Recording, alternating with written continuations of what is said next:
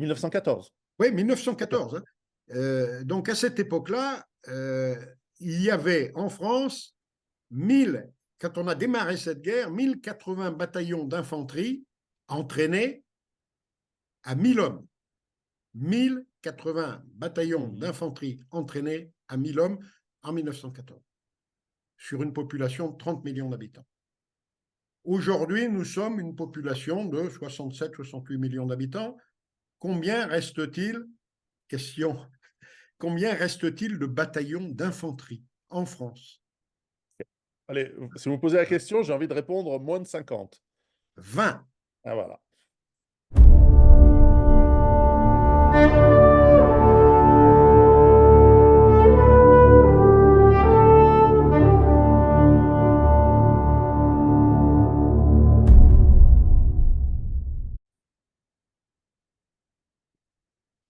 Et ça fonctionne.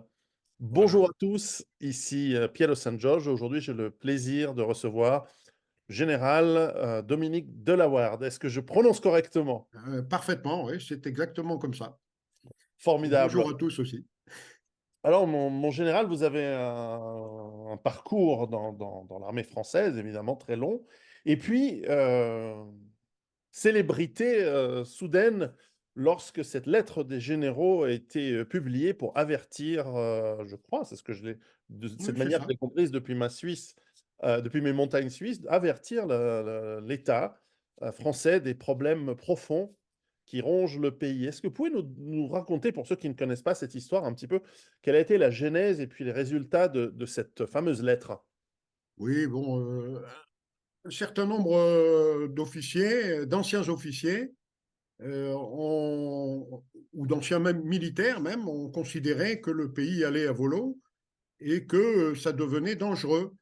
Et donc, ils ont voulu faire une lettre ouverte aux gouvernants, pas seulement au président, mais également à tous nos députés pour expliquer la situation et dire il faut faire quelque chose, quoi. Il faut se bouger parce que si on continue comme ça va mal se terminer. Ça peut se terminer en violence, ça peut se terminer. Donc, cette lettre avait pour but d'alerter. Hein, c'était une lettre qui ne se voulait pas agressive. Hein, c'est une lettre qui voulait faire dresser un constat et puis essayer d'alerter nos gouvernants pour qu'ils fassent quelque chose. Bon, cette lettre, au début, n'a pas fait beaucoup de vagues, sauf que certains politiques s'en sont emparés, ont commencé à nous traiter de putschistes, euh, et, euh, et donc les médias ont fait un petit peu de mouche autour de tout ça, et ont commencé, eux aussi, à faire passer tout un tas de politiques hein, qui se sont insurgés contre ce qu'on avait dit, quoi. Alors, il y en avait qui étaient pour nous, et d'ailleurs, la majorité de la population était pour nous, parce qu'un sondage avait été effectué peu de temps avant, ou a été effectué sur cette lettre, et nous a donné raison à 65%, c'est-à-dire qu'à peu près 2 tiers de la population française approuvait ce que nous avions écrit, mais bon, ceux qui sont aux commandes, ceux qui sont au gouvernement n'approuvaient pas tout ça, et donc ont essayé de nous noircir. Alors d'abord, on a appelé cette lettre improprement la lettre des généraux, parce que il y avait 60 généraux qui avaient signé cette lettre, 60, et une trentaine de milliers de militaires de tout grade. Donc c'était pas seulement 5 ou 6 putschistes, c'était 60 généraux et, euh,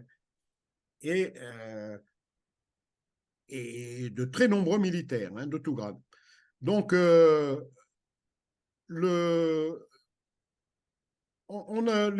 ministère a décidé de faire ce qu'on appelle en général la décimation, c'est-à-dire de trouver les responsables de cette lettre qualifiée de factieuse, alors que ce n'était qu'une lettre d'alerte, et a décidé de nous mettre devant.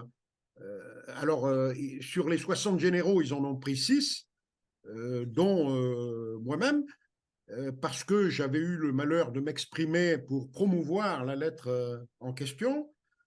Et Et donc, ils nous ont convoqués devant ce qu'on appelle pas le tribunal, mais le Conseil supérieur des forces armées, un espèce de conseil de discipline, on va Mhm. dire, de l'armée.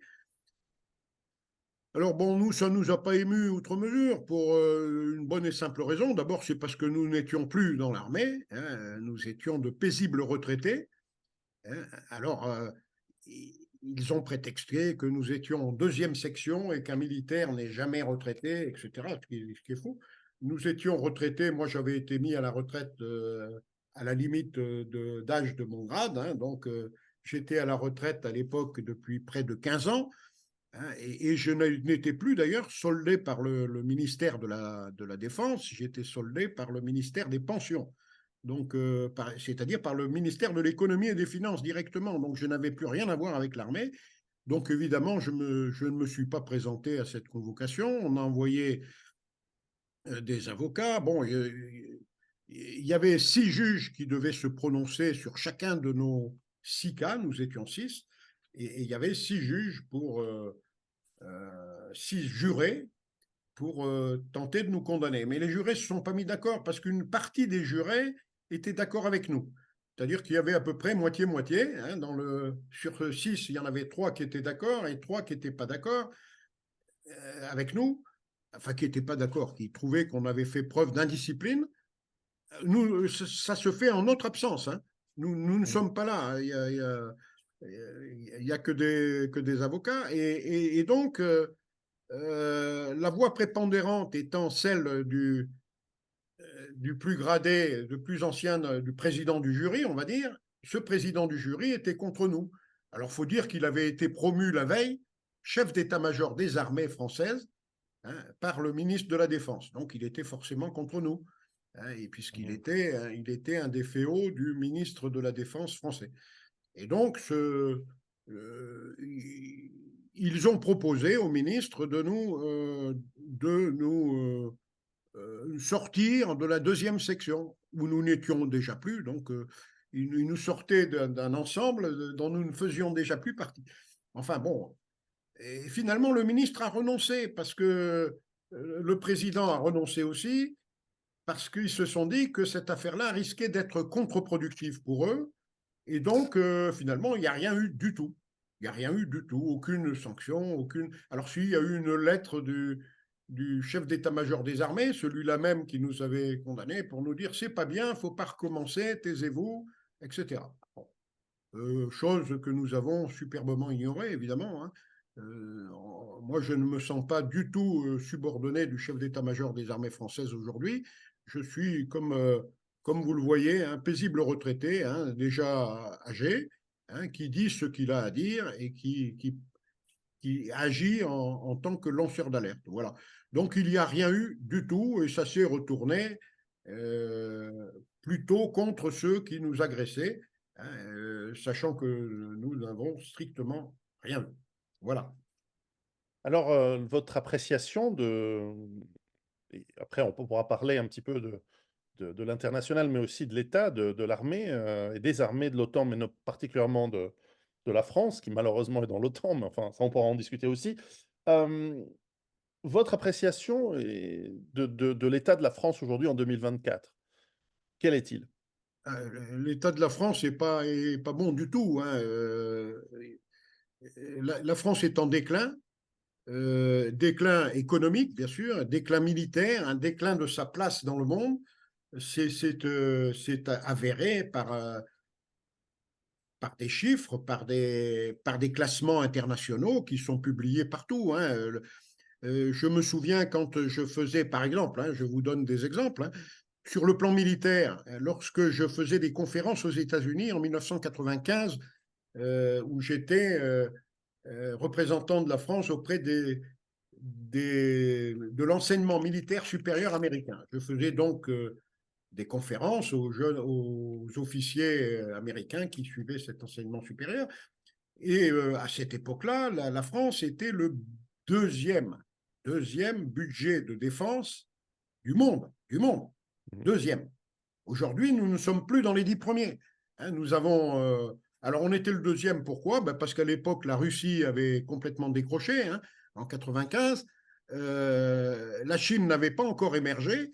Le Japon, euh, le Japon était derrière nous parce qu'il était limité Mhm. par sa constitution. L'Allemagne aussi, limitée par sa constitution. Et les Britanniques aussi étaient derrière nous. Donc, on était le deuxième budget de défense militaire du monde. Aujourd'hui, je le répète, nous ne sommes pas dixième. C'est pareil sur le plan économique. Nous étions la quatrième puissance économique du monde et aujourd'hui, nous sommes septième. Septième en dollars nominal et nous ne sommes que dixième en parité de pouvoir d'achat. Donc, en parité de pouvoir d'achat, on décroche complètement. Et puis, tous les indicateurs économiques et militaires de la France sont au rouge. Notre armée aujourd'hui a été, par rapport à ce qu'elle était en 1995 ou en 90, elle a été divisée par 3 en budget, elle a été divisée par 3 en effectifs, et puis, comme les budgets ont baissé et que le coût unitaire des matériels est de plus en plus élevé, eh bien c'est simple, hein, on n'est plus en mesure d'entretenir nos matériels correctement.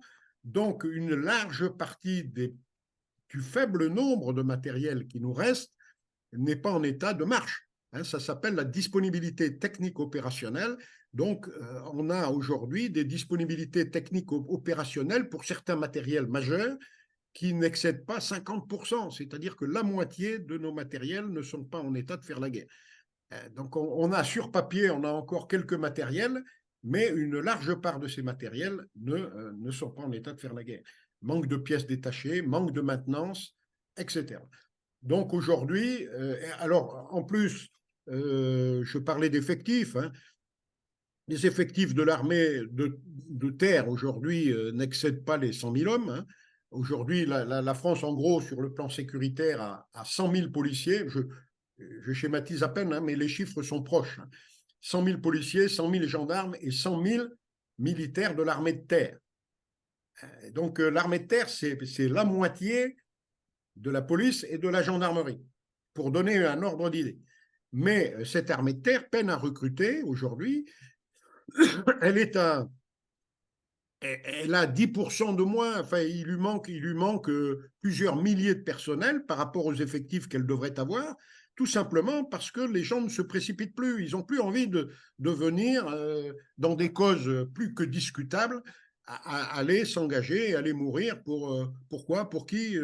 Donc tout ça, ça remet en question un peu le modèle de notre armée que j'ai connu. Moi, j'ai connu une armée qui avait encore un sens.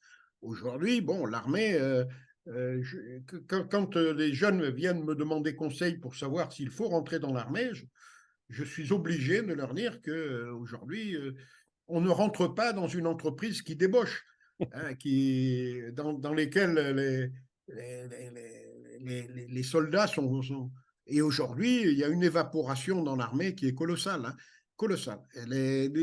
Même parmi les officiers de notre temps, enfin de notre temps, à mon époque, hein, un officier rentré dans l'armée, il faisait toute sa carrière dans l'armée jusqu'à ce qu'une limite d'âge ou quelque chose l'oblige à partir.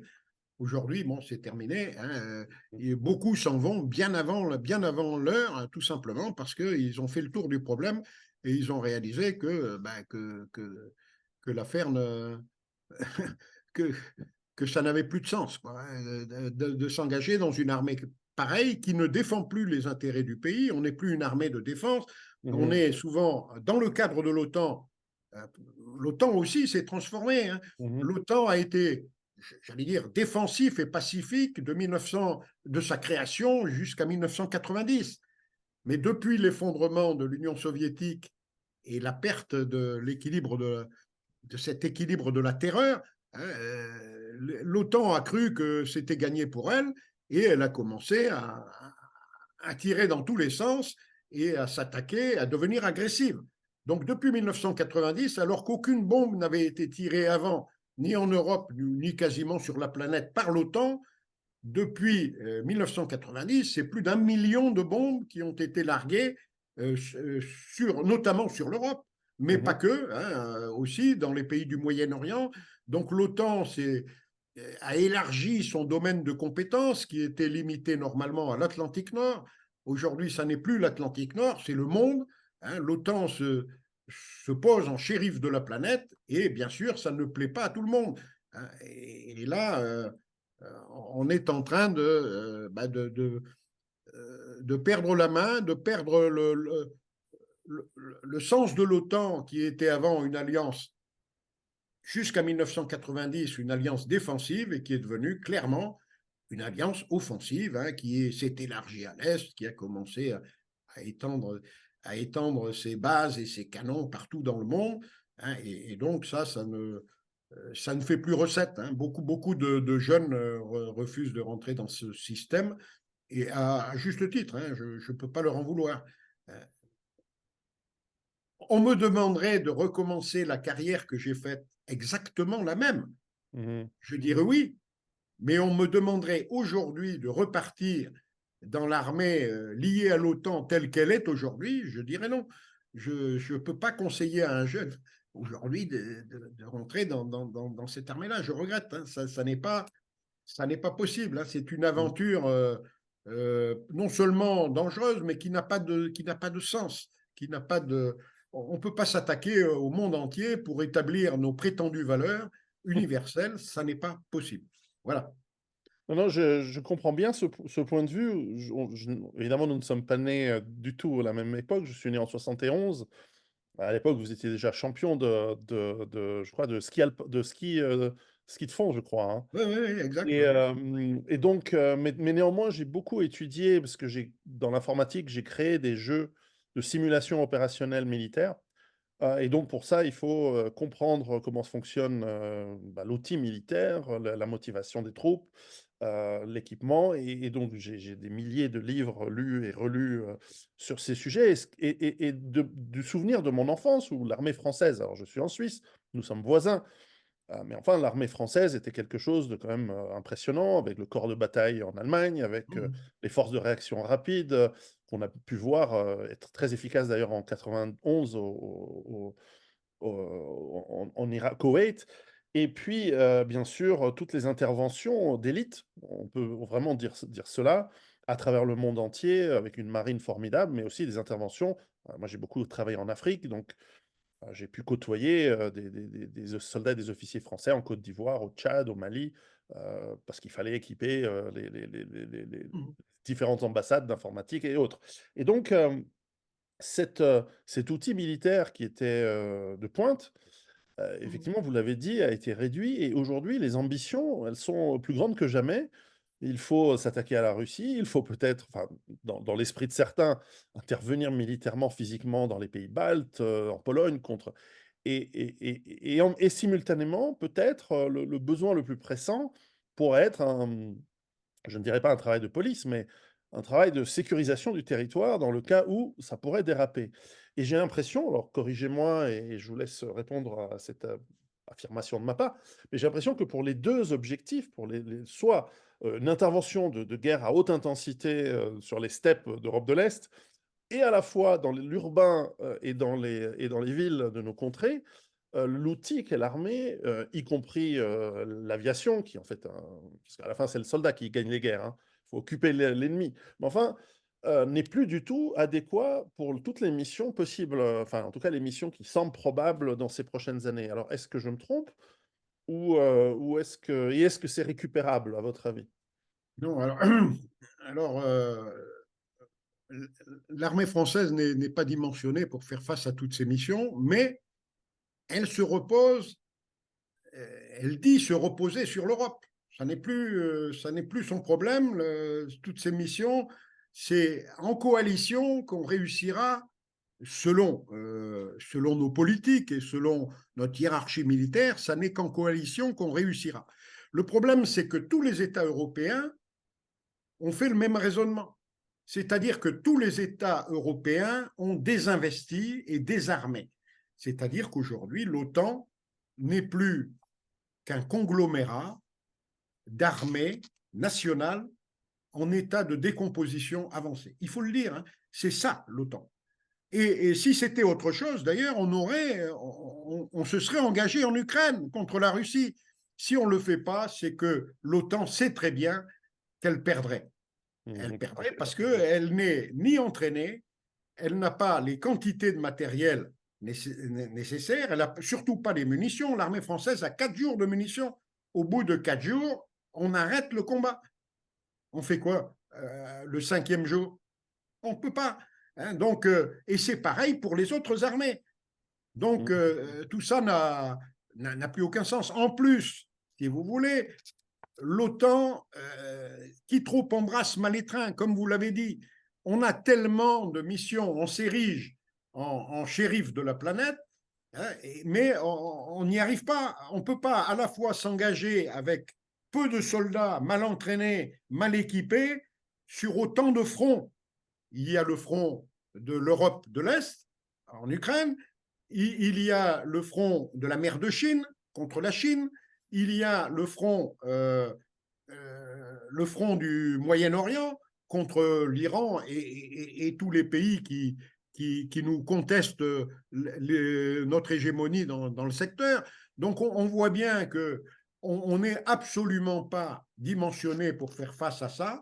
On fait l'objet de rejets de plus en plus nombreux de la part des autres pays du monde. Hein. Ils commencent à nous rejeter de partout. Hein. On se fait rejeter d'Afrique, on se fait Mhm. rejeter du Moyen-Orient. On n'a plus la cote du tout.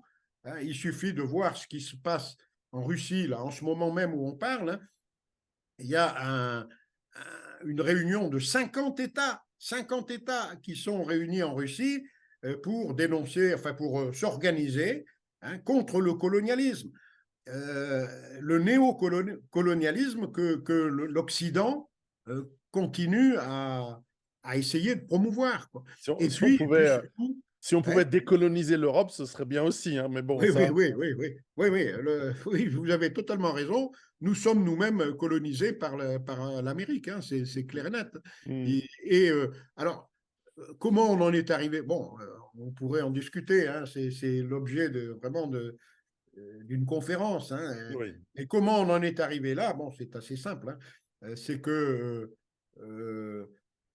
vous avez un État qui se prétend, enfin qui prétend sur la base d'une économie virtuelle, parce que les États-Unis ont une économie virtuelle. Hein.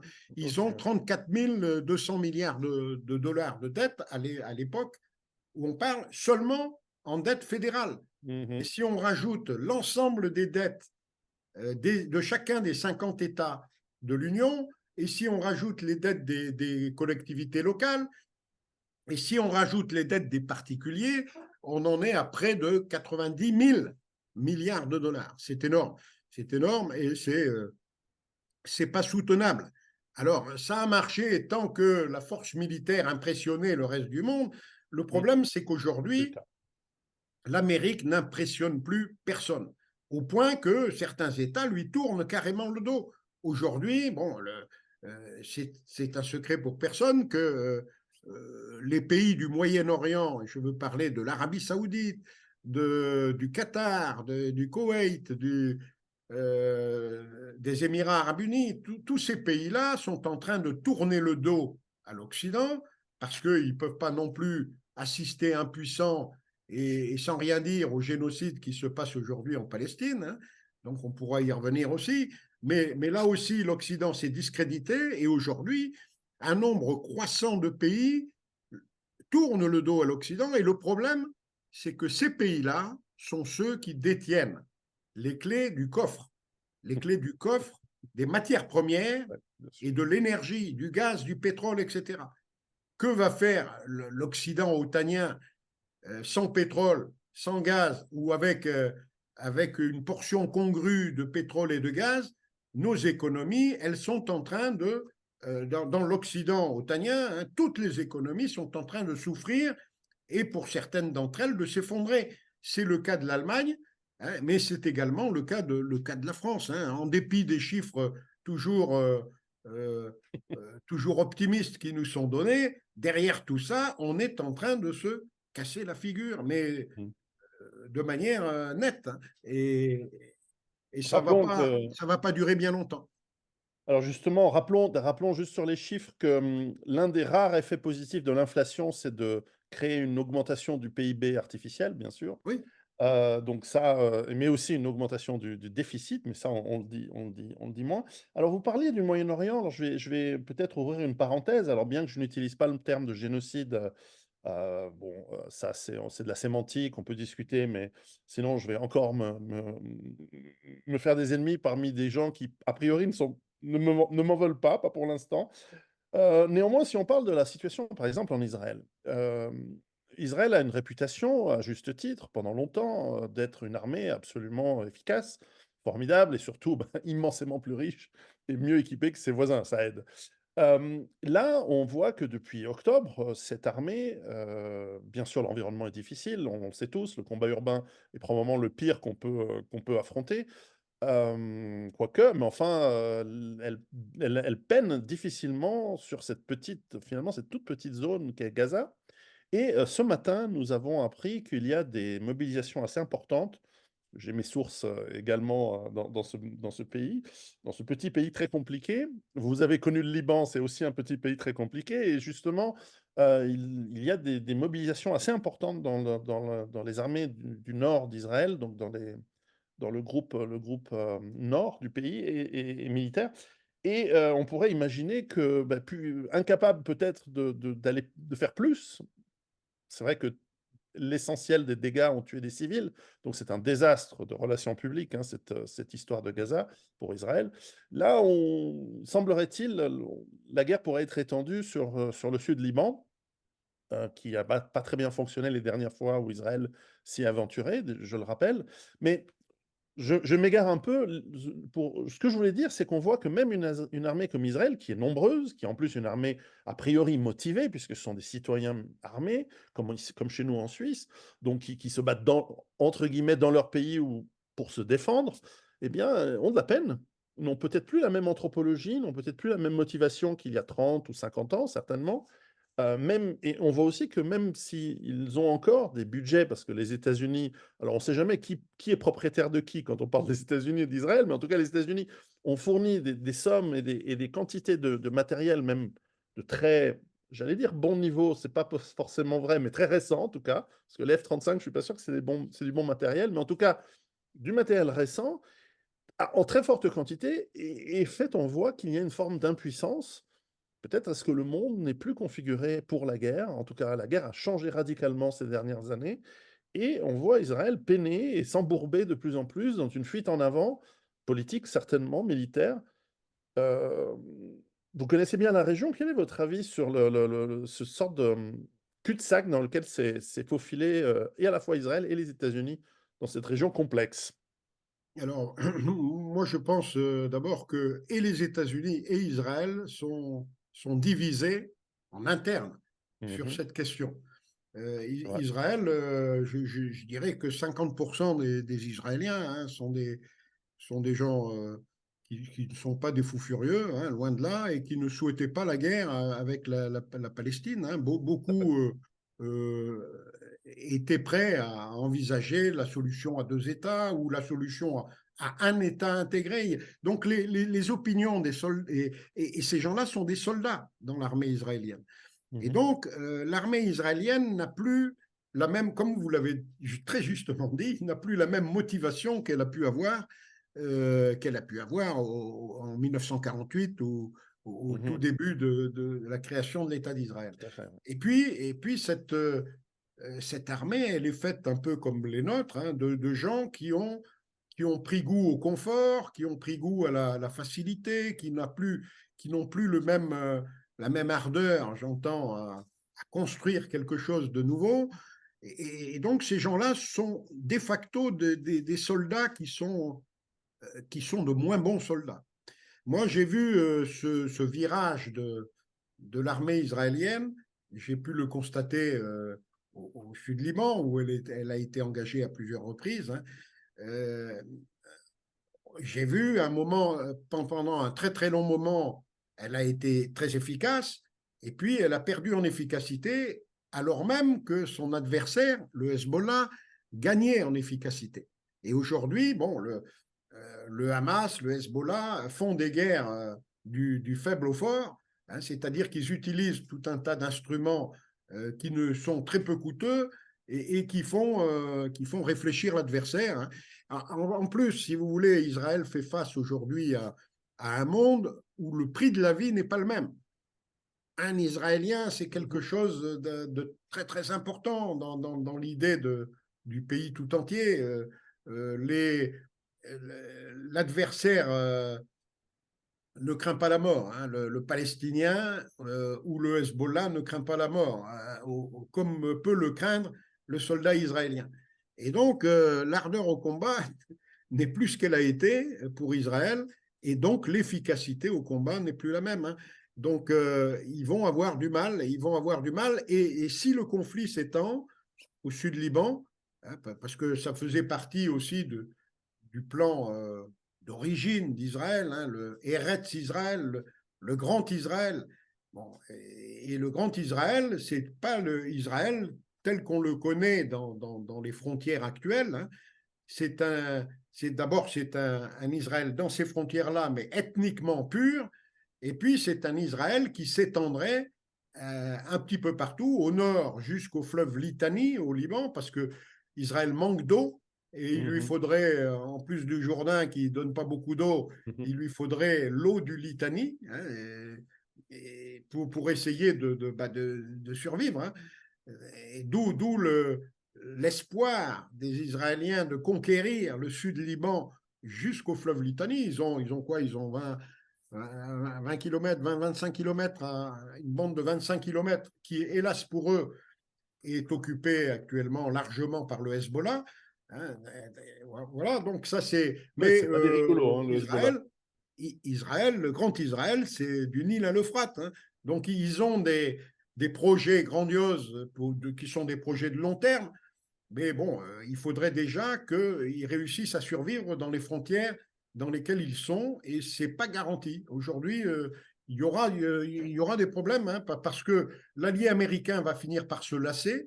Biden, ce qui se passe aujourd'hui en Palestine va coûter très cher à Biden en termes électoraux. Hein. J'entends que j'ai grand peur que ce soit une des raisons d'un éventuel échec si on élimine bien sûr toutes les triches qui peuvent se passer aux États-Unis, qui est un pays, hein, c'est le pays de Dallas. Hein.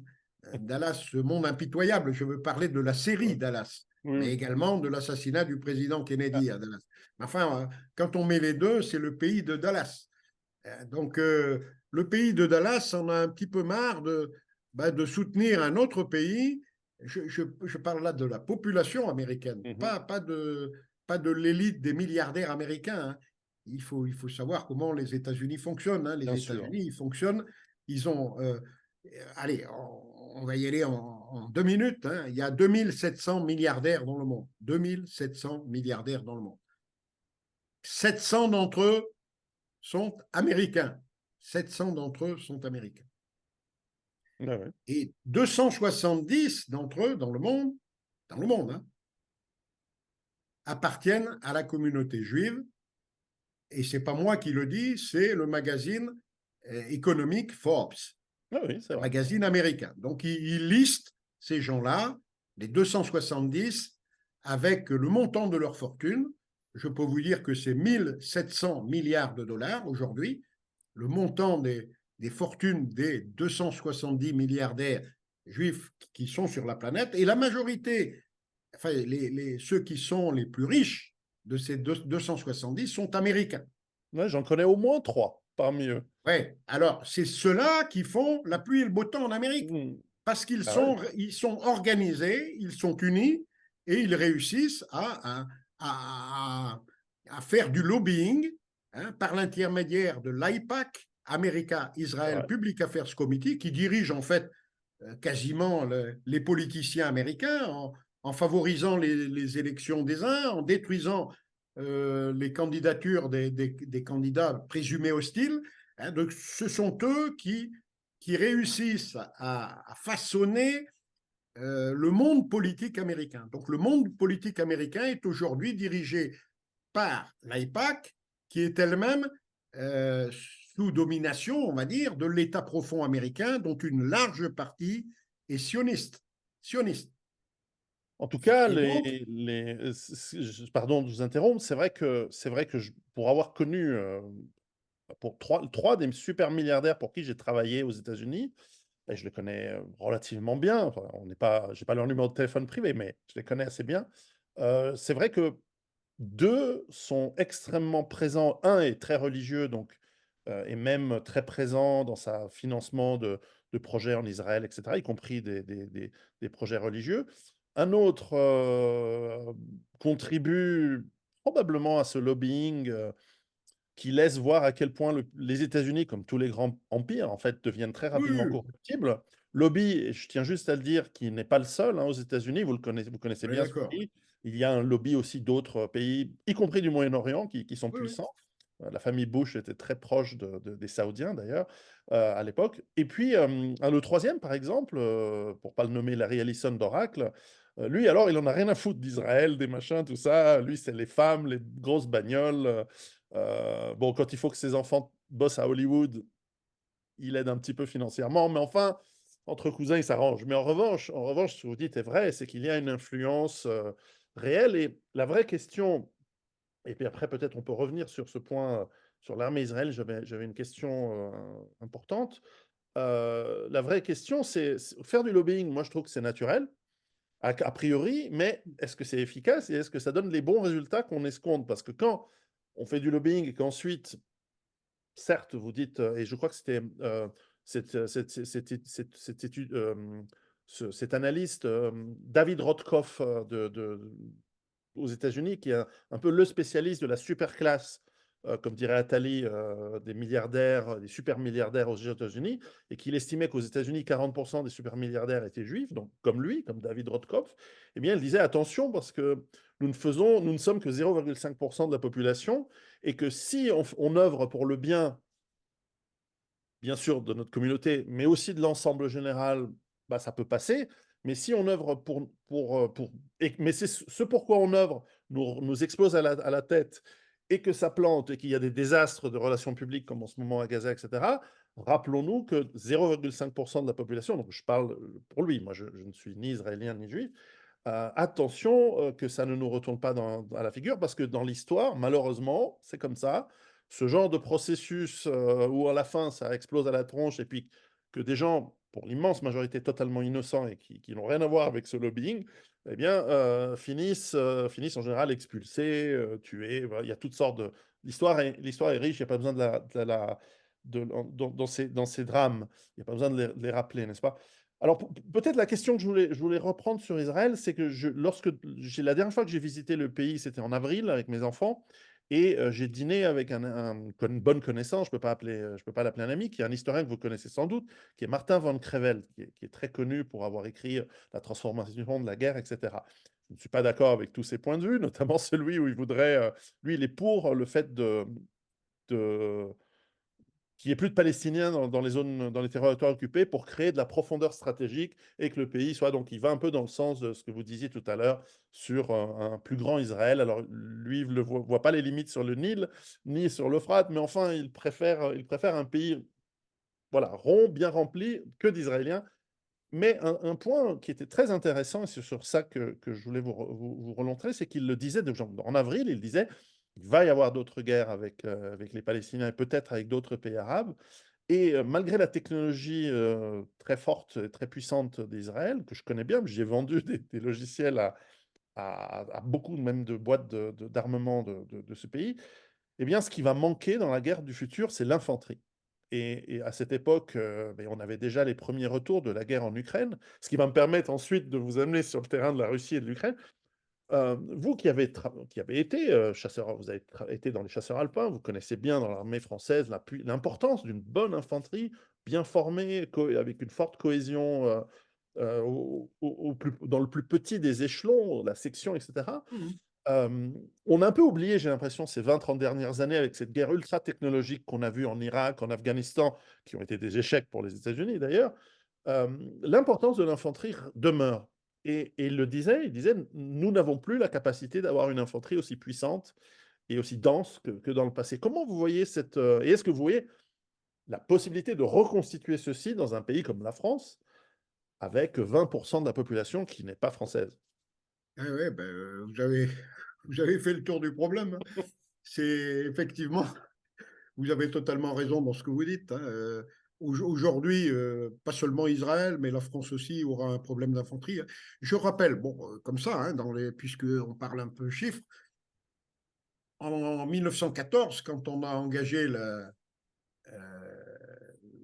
Deuxième Guerre mondiale, l'armée française, dans un pays qui ne comptait pas la moitié des habitants qu'il compte aujourd'hui, hein, Vous parlez de on 14, devait compter à peu près 30 millions d'habitants en 14, un 1914. truc comme ça. Hein, Vous parlez de euh, 1914, donc.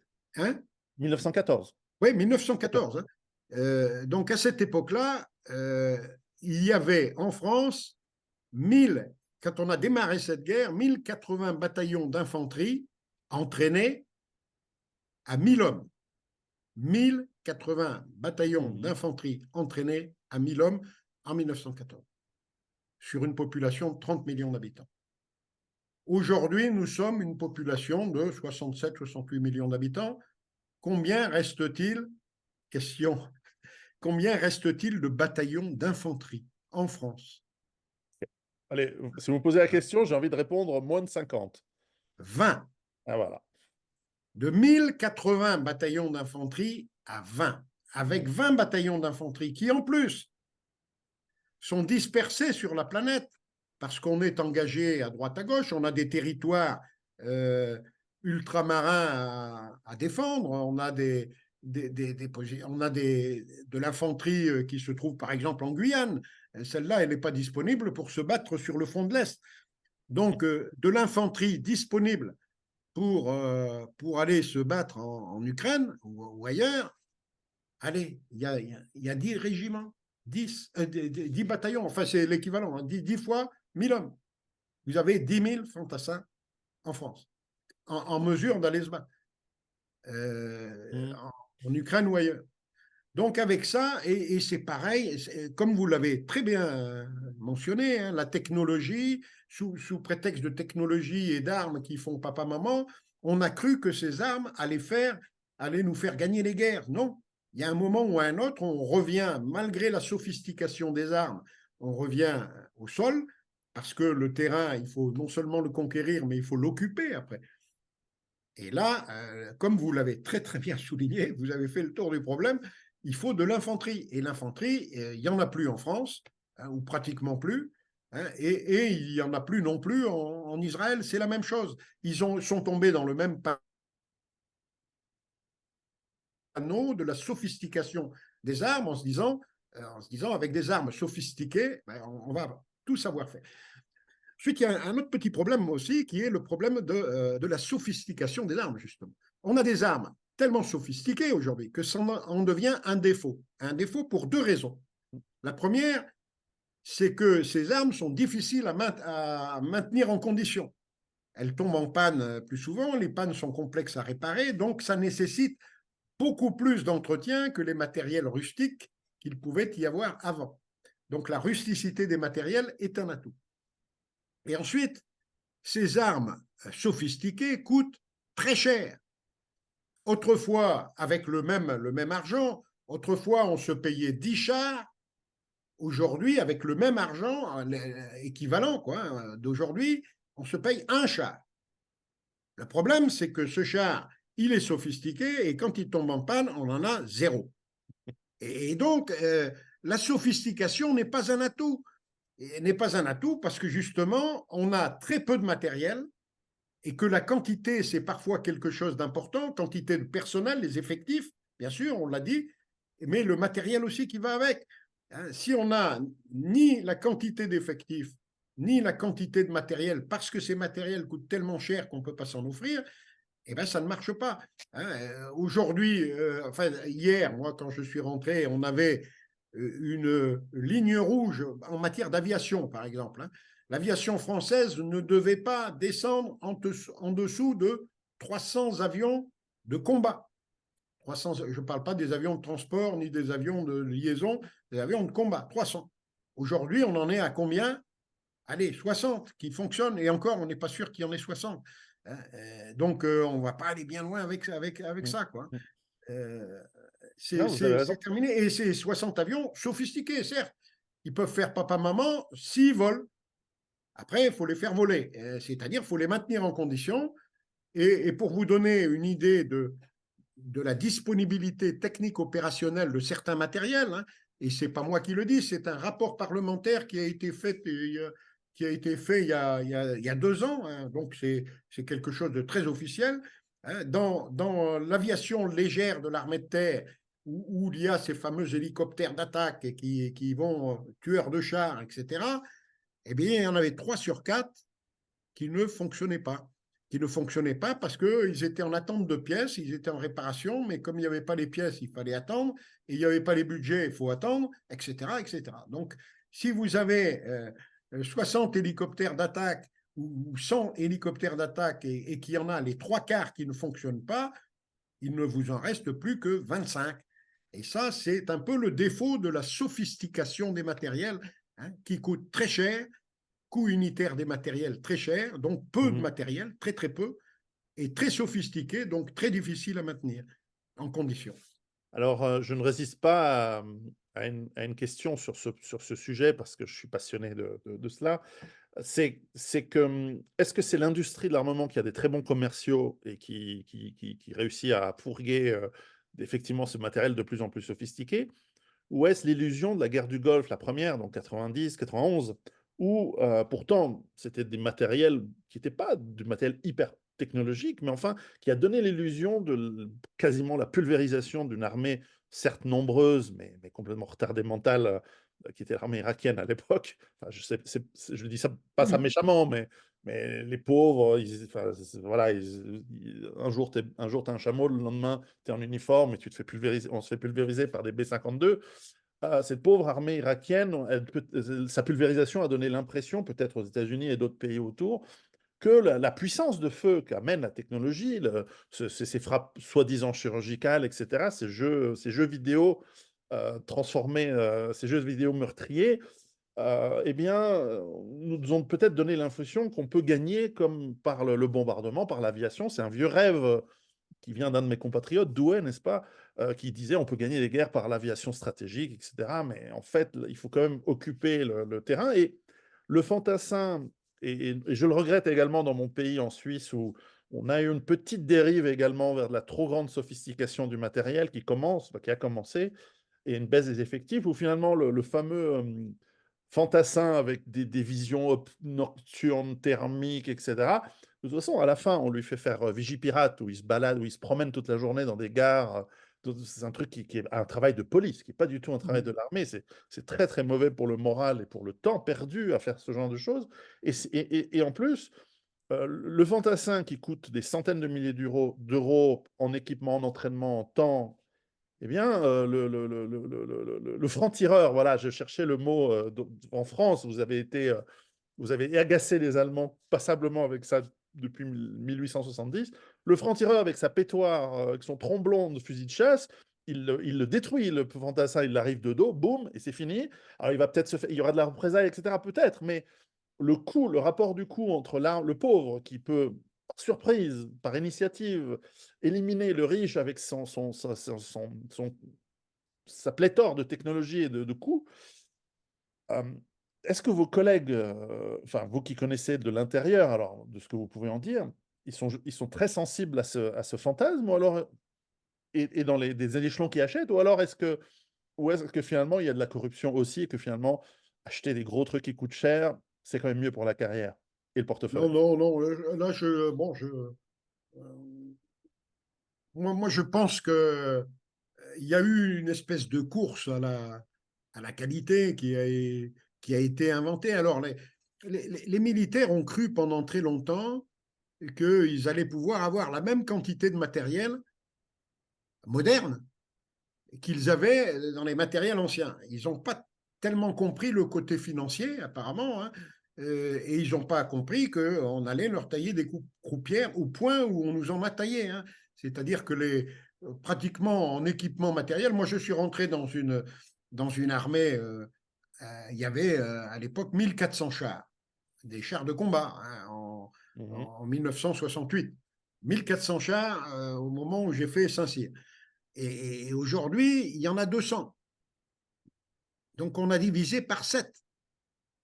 Par 7, alors c'est 200 chars, comme je l'ai dit, très sophistiqués, hein, les chars Leclerc, etc. Sauf que, comme ça coûtait tellement cher à mettre en œuvre, à faire fonctionner, etc., on les a mis largement sous cocon et qu'on n'est pas très sûr qu'il y en ait plus de la moitié qui fonctionnent vraiment, quoi. La disponibilité technique opérationnelle de ces engins est pas assurée, quoi. Et donc, bon, voilà. Alors, est-ce que les militaires là-dedans, les militaires ont rêvé? Ils ont rêvé. Et moi, j'ai fait partie de ces gens-là qui rêvaient aussi, hein, qu'on allait avoir les mêmes quantités, etc., mais en matériel plus moderne. Non.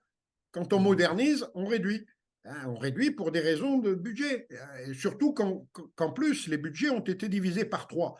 Alors, si on divise le budget par 3 et qu'on multiplie le coût unitaire des matériels par 2 ou par 3, bon, ça devient dramatique. Hein. Ça veut dire qu'on passe de 1400 à 200 chars. Et sur les 200, avec peut-être 100 qui fonctionnent. Donc, moi je pense qu'on s'est fait rouler dans la farine. Hein.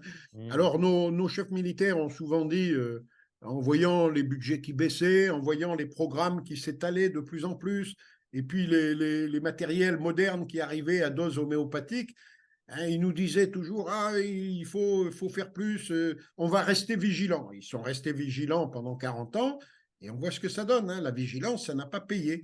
La vigilance de l'état-major des armées n'a pas payé. C'est-à-dire qu'on a eu nos budgets taillés en pièces par Bercy, le ministère des Finances, hein, qui préférait faire du social, etc., qui se voyait tout de suite, plutôt que d'acheter des matériels dont on ne savait pas s'ils serviraient un jour. C'est vrai que et donc, voilà. Quoi. Mais je pense je ne pense pas qu'il y ait de corruption que le militaire soit corrompu. Hein, mais ils se sont fait rouler dans la farine par des politiques qui, eux, le sont. Ah, voilà. Il y a des politiques C'est ça. corrompus. Hein, Oui, oui. et les militaires, bon, ils ont souvent dit, bon, les politiques sont élus, donc on doit obéir aux élus. Hein, ils n'ont pas toujours vérifié dans quelles conditions nos politiques étaient élus. Hein. Et si, Mmh. par hasard, il y avait des interventions extérieures, hein, comme par exemple la dernière élection présidentielle en France, hein, il est clair que M. Macron, il n'est pas arrivé comme ça par hasard. Il est sorti de nulle part. Il a été un ministre très, très, très temporaire. Il est passé en coup de vent à l'économie. Il a pas fait un tabac. Hein. Il a été plutôt un mauvais ministre de l'économie. Et puis les médias, dont on se demande toujours qui les contrôle, hein, mais les médias ont réussi à pousser cet homme à devenir président. Et donc, les gens ont dit, bon, alors, les médias, ils ont utilisé 2 moyens. D'abord, la promotion de ce personnage et ensuite la destruction de ses adversaires. C'est vrai. Hein, on détruit l'adversaire. Ça a été Fillon à l'époque, hein, qui était l'adversaire le plus dangereux, qui aurait dû normalement être élu, non? Il a été détruit par des médias, et on peut se demander qui était derrière ces médias, hein, qui ont fait autant de tapage pour faire élire Macron. Bon. Et alors, il a été élu 2 fois. Alors, quand on regarde, bon, on sort peut-être un peu du sujet, mais quand on regarde la manière dont il a été élu, hein, il a été élu par qui? Par les grandes villes. Mmh. Les grandes villes. Hein. Regardez bien. J'ai regardé aux dernières élections européennes, puisqu'on va bientôt en avoir de nouvelles. Hein, aux dernières élections européennes, Macron était soutenu par 4 partis. L'ensemble de ces 4 partis, le cumul de ces 4 partis, dont le MoDem, Horizon, Renaissance, bon, il y avait une coalition de 4 partis.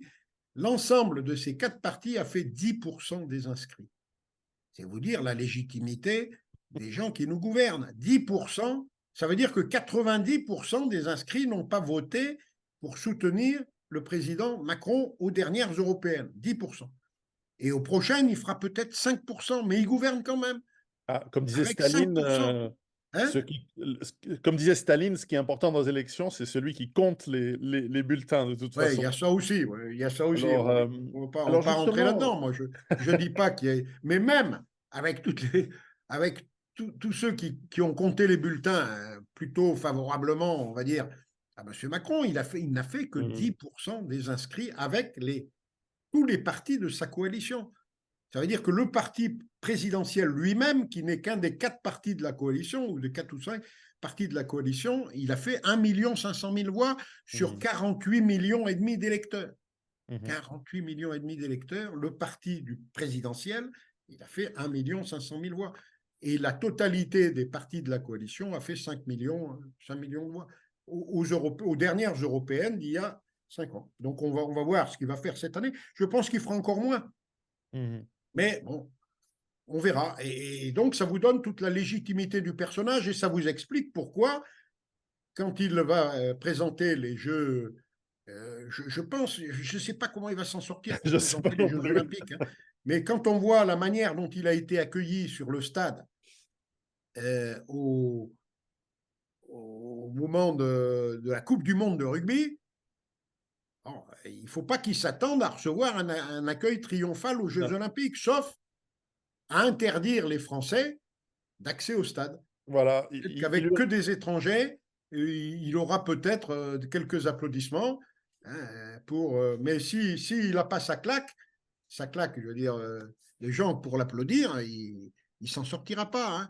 Donc je vois mal comment il va annoncer l'ouverture des Jeux Olympiques. J'attends ah, ce moment avec c'est gourmandise. sûr. Il reste toujours la carte de la conversion à l'islam pour les politiciens pour gagner encore 6 mois, une année. Je voulais passer, parce que vous êtes un grand voyageur, et que vous avez, contrairement à certains de vos ex-collègues sur les plateaux de télé, vous avez une observation, une analyse fine de la Russie. Donc, on constate que 2 ans après le début de la guerre, Poutine n'est toujours pas mort de cancer. Il est toujours là. L'économie russe est loin de s'être effondrée, bien au contraire.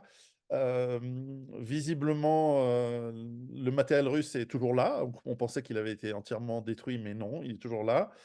Bref, comment vous qui observez la Russie, comment vous voyez les élections prochaines qui, là, visiblement, c'est pas le même taux c'est le même taux d'approbation des élections qui vont probablement réélire Vladimir Poutine comme président de la Fédération de Russie. Comment vous observez la situation et voilà, je pense qu'on n'a pas besoin de revenir sur l'analyse de la guerre, mais en revanche, comment vous voyez cette année en Russie, en Ukraine, et comment ça pourrait influencer ce qui se passe aussi chez nous en Europe? Vous avez parlé des élections européennes, pour peu que Alors, ça ait une on va voir importance. d'abord l'élection russe. Hein. L'élection russe, il n'y aura pas photo. Poutine, dans tous les sondages depuis le début de l'opération spéciale, il est aux alentours, y compris les sondages menés par les Occidentaux. Donc on est désolé de constater les sondages de popularité de Poutine qui sont à peu près à 80%, 80% d'approbation. Alors Ouais. pourquoi? Ben on l'a vu, pourquoi lors de sa récente interview avec Tucker Carlson. Hein.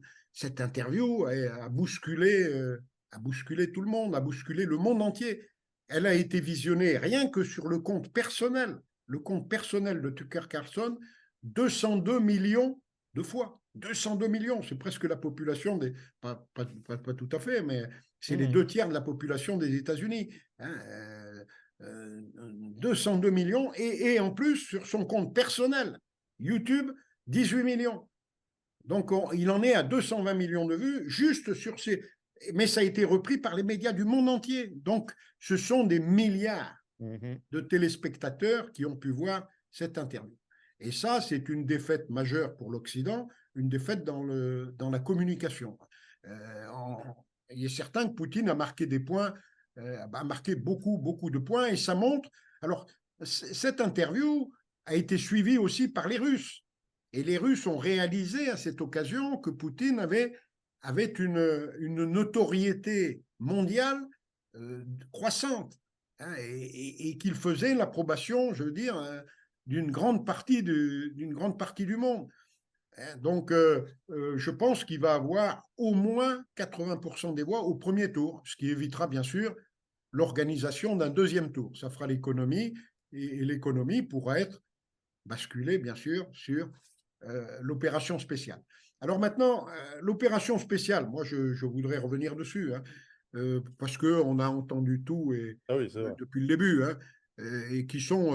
Alors, il y a eu beaucoup beaucoup de choses dites qui étaient stupides. Par contre, il y a eu quelques analystes, dont Jacques Beau, hein, Oui, bien sûr. qui a fait d'excellentes analyses. Hein. Il est un petit peu au-dessus de ce qu'on trouve, nous, sur nos plateaux télé. Hein. Il y a eu Jacques Beau, mais il y a eu également en France, on a eu des gens comme Caroline Galacteros ou Éric Dénessé qui ont fait également du très bon travail. Alors, Vous si vous voulez, permettez que cette je opération, fais simplement une pause. J'ai juste quelqu'un qui sonnait à la... Je mets sur... oui, alors donc l'opération sur la Russie, Poutine n'avait pas du tout l'intention d'en arriver là où il en est arrivé aujourd'hui. Hein. Au départ, on l'a tous vu. Hein. Il avait, il a attaqué dans une espèce d'opération spéciale qui était en fait pour lui une opération de police. Hein. Il voulait s'occuper et préserver les populations du Donbass et interdire l'offensive qui se préparait au Donbass. Donc, il a attaqué sur plusieurs fronts, sur 2600 km de front, jamais dans l'histoire militaire, sur un front aussi large, au début, hein, et qui allait de Kiev au nord hein, jusqu'à pratiquement Odessa au sud, enfin, Kherson et même Mariupol, enfin, tout le sud. Donc, 2600 km au total de front avec 150 000 hommes. C'est C'est-à-dire très, rien très du peu. tout. Regardez le nombre d'hommes au kilomètre. C'est un exploit de faire ce qu'ils ont réussi à faire et de conquérir autant de terres qu'ils en ont conquis en aussi peu de temps avec aussi peu d'hommes. Aussi peu d'hommes. Bon. Ils se sont retirés. Alors, euh, tout le monde a glosé les commentateurs télé en disant ouais, mais il n'a pas réussi à prendre Kiev. Bon, l'objectif n'est pas nécessairement de prendre Kiev, surtout avec. Il avait quoi là-haut? Il avait 15 000 hommes, 10 000. On ne prend pas Kiev, une ville de plusieurs millions d'habitants, avec 15 000 hommes. Ça n'est pas vrai. Mm. Donc, l'opération dans la région de Kiev a été une opération qui pouvait, on ne sait jamais, se traduire par un succès éclair, mais ce n'était pas l'objectif de s'emparer de Kiev pendant que un paquet de forces défendait la capitale, de forces ukrainiennes. Il s'est emparé, sans coup férir, en quelques jours, en 3 semaines, de la quasi-totalité du sud, du sud de l'Ukraine, hein, la région de Mariupol, jusqu'à Kherson inclus d'ailleurs. Hein. Toute cette zone-là a été conquise, sans compter bien sûr une reconquête dans la région du Donbass qui a commencé. Rapidement, les Russes se sont aperçus que l'OTAN allait se mettre de la partie par ses soutiens militaires, ses soutiens en armes et ses soutiens en, en technologie de tout type, renseignements, etc., et financiers, bien sûr, hein, pour faire tourner le pays.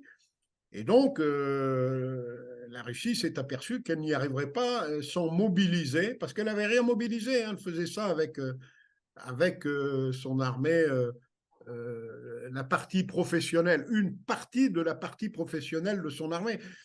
Mm. Donc, ils ont dû engager d'abord rétrécir le front, parce qu'on ne peut pas tenir un front de 2600 km avec 150 000 hommes, ça n'est pas possible, parce qu'il y a des trous béants, forcément. Mm. Hein, et donc, ils se sont resserrés et le front a été quasiment divisé par deux. Il doit faire aujourd'hui à peu près 1 millier de kilomètres, pas plus, alors qu'il faisait 2600 au départ.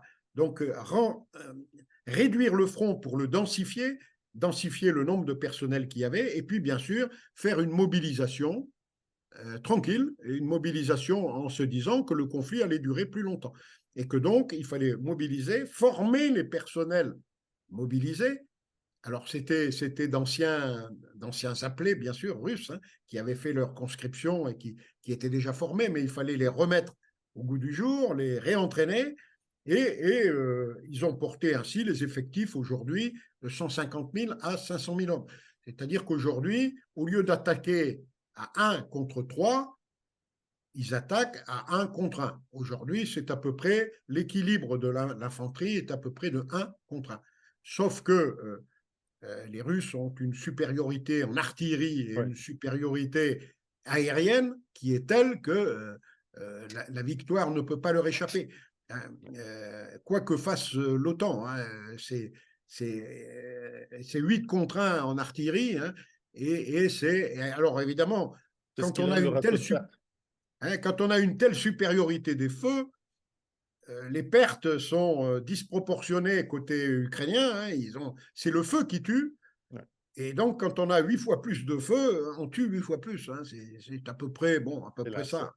C'est-à-dire que si les Ukrainiens ont 500 000 tués, hein, ce que les chiffres Mhm. disent et qu'on arrive à savoir à peu près, hein, aujourd'hui, 500, peut-être plus, hein, tués, bon, les Russes, ils en ont 8 fois moins. Hein, donc, c'est clair. C'est trop, Et donc, malheureusement, donc malheureusement, c'est trop, aujourd'hui, oui, c'est malheureux pour c'est l'Ukraine parce malheureux, que tous ces cette pauvres situation gens aurait pour pu rien. être évitée. Voilà.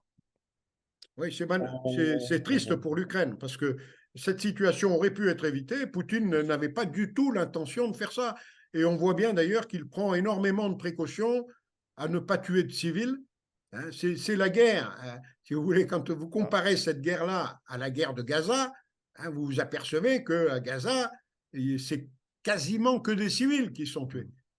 Et dans bah, la guerre en Ukraine, c'est quasiment que des militaires, hein, qui il faut sont tués espérer aujourd'hui. que, Alors, il faut on espérer me qu'il y dit, aura des oui, mais Nuremberg pour des Boris Johnson et des gens comme ça. Mais comment voilà. vous voyez le développement et la fin pour conclure comment vous voyez le dénouement de cette guerre en Ukraine? Alors, C'est difficile, bien sûr, mais pour moi, le dénouement, il fait pas. Alors, beaucoup de gens se demandent, mais pourquoi ils se disent, mais l'armée russe n'y arrive pas. L'armée russe, elle y arrivera le jour où elle le voudra. Mais aujourd'hui, elle n'a pas intérêt à terminer trop vite. Mhm, Pourquoi? Parce que le temps travaille pour elle c'est et vrai. pour la multipolarité. Pas seulement pour la Russie, mais pour la multipolarité. Parce que c'est grâce à ce qui se passe en Ukraine aujourd'hui que la multipolarité explose aujourd'hui, et explose, j'entends, en termes de santé. Hein, Mhm, elle va beaucoup plus vite à se former, hein, contre cet hégémon qui intervient partout dans le monde, hein, qui est l'hégémon otanien. Hein, et donc, ça favorise la poursuite du conflit en Ukraine, favorise deux choses. Elle favorise d'abord l'affaiblissement économique de l'Occident otanien. C'est clair, hein, tous les pays de l'Occident otanien sont en train, mois après mois, jour après jour, de perdre la bataille sur le plan économique. Et si la paix se faisait demain, ça ne serait pas bon. Pourquoi? Parce que, enfin, ça serait bon, bien sûr, sur le plan humain, bien sûr. sur le plan de l'Ukraine, etc., mais ça ne serait pas bon parce que l'Occident otanien ne serait pas mis à terre de manière durable. C'est-à-dire qu'il renaîtrait de ses cendres et on reprendrait les affaires business as usual, on reprendrait les affaires comme avant. Il ne faut surtout pas que ça arrive. Il faut faire mordre la poussière de manière durable à l'Occident otanien qui sente sa douleur. Et c'est ce que l'Allemagne va commencer à sentir. Ouais. Eh bien, ils vont sentir leur douleur. Et ce que la France aussi, entre autres, dans l'Occident otanien, mais les États-Unis aussi vont comprendre leur douleur avec la dédollarisation qui se fait, etc. Donc, l'Ukraine, c'est le catalyseur de tous ces phénomènes qui se passent et qui se passent au détriment de l'Occident otanien. Donc, Poutine n'a pas intérêt à finir trop vite la Ouais. guerre. S'il veut vraiment le faire, il le fera très vite. Hein. Il a les moyens militaires, il a les moyens de feu, il a les moyens aériens pour écraser, tout s'il a besoin de le faire. Hein. Il peut couper en deux l'Ukraine en partant de la Biélorussie, comme il avait fait au tout début, hein, et en se dirigeant vers Odessa, avec une force expéditionnaire qui existe, elle est là-bas, en Biélorussie. Hein, vous avez une Mhm. force de 50 000 Russes qui se trouve là-bas. Le jour où il a envie de couper tout ça en deux. Mais ce n'est pas son intérêt de le faire trop vite. Il faut laisser du temps au temps. D'abord, ça lui permet d'économiser ses hommes, d'en terminer définitivement avec l'élite ukrainienne actuelle qu'il veut absolument remplacer. Hein. Donc lui, il l'a dit, hein, dans ses objectifs, dénazifier l'Ukraine. Donc il va falloir que les Il y a du Zelensky et boulot. compagnie disparaissent. Hein, et ils vont disparaître, ils vont disparaître. Bon, j'espère qu'ils le savent et qu'ils ont préparé leurs arrières, mais ils vont disparaître. Hein, toute la clique actuellement au pouvoir, en Ukraine va disparaître. Et Poutine va le faire tranquillement et il choisira le moment. Alors, quel sera ce moment? C'est la question qui est posée. Bon, je pense, moi, que ce moment pourrait être, par exemple, à la fin de cette année. Là, pour l'instant, la Russie attaque tranquillement. Elle vient de conquérir Advika, là, ou presque. Advika est en train de tomber, là, mais il y a eu encore cette nuit beaucoup d'informations qui sont tombées sur Advika. Donc, Advika, c'est la victoire. Après Bakhmut, c'est la victoire qui va permettre encore à renforcer la popularité de Poutine pour l'élection. Ça tombe bien. Mais je ne pense pas que Poutine presse l'allure. Il va attendre le bon moment. Le bon moment, c'est quand? Il va y avoir bien sûr les élections européennes qui vont être observées de très près par Poutine, qui va regarder, qui va peser. Tout ça, ça va rentrer dans sa méthode de raisonnement. Hein. Et puis, il y aura bien sûr l'approche de l'élection américaine. Alors, doit-il faire la paix avant ou après? Mais je pense qu'il la fera peut-être cette année, en fin d'année.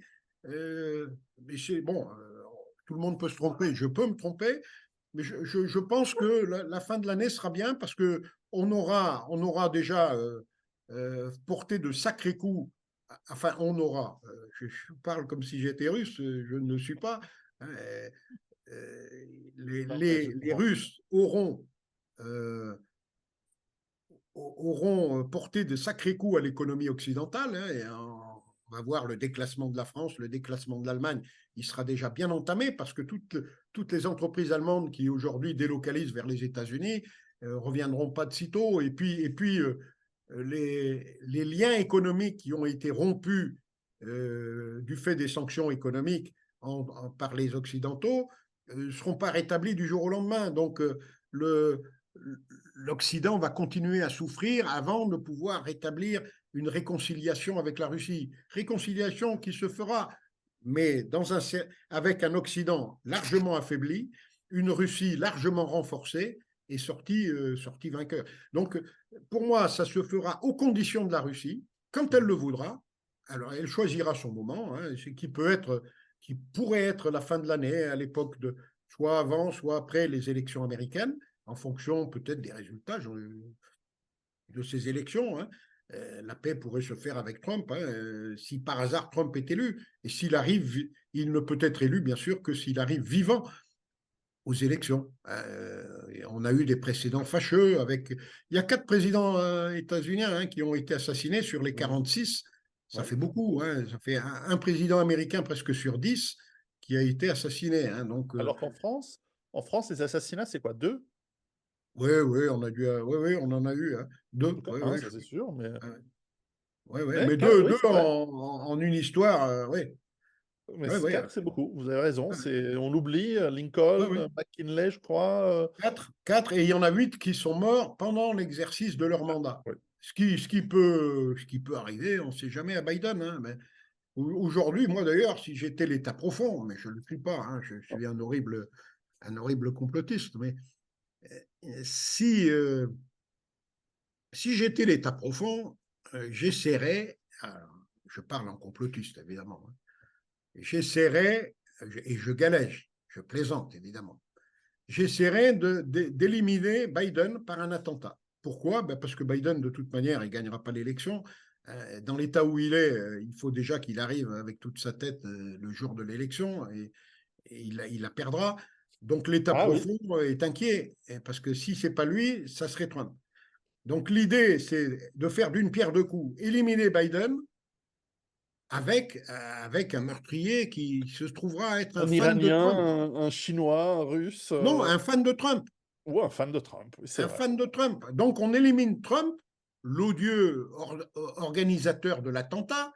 Hein, c'est lui. Et par l'émotion, on fait élire n'importe quel partisan opposé à Trump. Voilà. Donc ça, on fait d'une pierre deux coups, on se sépare d'un candidat qui devient embarrassant, hein, parce que bon, Biden, il devient embarrassant, hein, tout le monde le voit. Oui, c'est sûr. Non, Hein. non, chaque fois que je le vois, je suis triste parce que mon père est décédé de la même maladie qu'à Biden. et je connais bien à quel point, on est incapable de faire quoi que ce soit malheureusement dans ce genre Oui, oui, d'état et c'est hallucinant. Je pense qu'ils ont des drogues puissantes et des médicaments, puissants pour qu'ils soient là encore physiquement debout. Mais enfin, c'est une catastrophe, parce que personne n'est dupe à travers le monde et je pense comme vous, nous avions plus jeunes, une admiration vers les États-Unis. Il y a quand même c'est quand même vous connaissez bien ce pays, vous me l'aviez dit. C'est quand même un peuple, étonnant, un pays formidable sur plein de points de vue et de le voir dans un déclin aussi comme l'Europe, mais peut-être, d'une autre manière, moins grave sans doute, mais enfin, particulière. C'est une tristesse, oui, oui, moi qui ai déroutante. vécu là-bas, j'ai vécu de très, très belles années. C'est un pays sympa avec des. Bon, il a ses excès, ses défauts et Sûr. autres, mais les gens sont généreux. La Ouais. population, c'est une population plutôt chaleureuse. Et bon, moi, j'ai eu des relations et j'ai toujours d'ailleurs beaucoup de relations avec les Américains, hein, et je m'entends très bien avec eux, hein. Mais ce que je déplore, c'est qu'elles soient gouvernées aussi mal par des clics, on l'a dit tout à l'heure, hein, qui sont portés au pouvoir par un État profond, hein, et c'est cet État profond à qui j'en veux beaucoup. Moi, c'est Ah cet oui, État état profond, profond, qui a commencé à Dallas. Enfin, il a ouais, commencé ouais, qui a avant, mais commencé à il a Dallas. Ouais, ouais. bien il a bien pris le pouvoir à Dallas. Oui, oui, En oui. tout cas, Ah, je bien vous sûr, bien remercie sûr. beaucoup, général Dominique Delaward. Si ceux qui nous écoutent ont envie d'en savoir plus, peuvent-ils, vous avoir accès à vos je sais que vous envoyez des documents, presque quotidiennement. Vous avez un Oui, newsletter? ben, ils vous envoient leur adresse mail. Moi, je les mets sur ma mailing list, il n'y a aucun problème. Mais je ne procède qu'en copie cachée, moi. D'accord, C'est-à-dire que, bien sûr, sauf pour des mails personnels, hein, mais bien sûr. quand j'envoie des documents toutes les semaines, hein, des fois plusieurs fois par semaine, je les envoie en copie cachée pour dissimuler et protéger tous mes correspondants. Donc, moi, il me suffit d'avoir les adresses mail de ceux qui le souhaitent, hein, et je leur envoie comme j'ai actuellement une mailing list de plusieurs centaines, même, on va dire presque un millier de noms. Donc, bon, j'envoie mes mails en copie cachée. Voilà. Formidable. Je vous remercie pour votre temps, cette passionnante, discussion.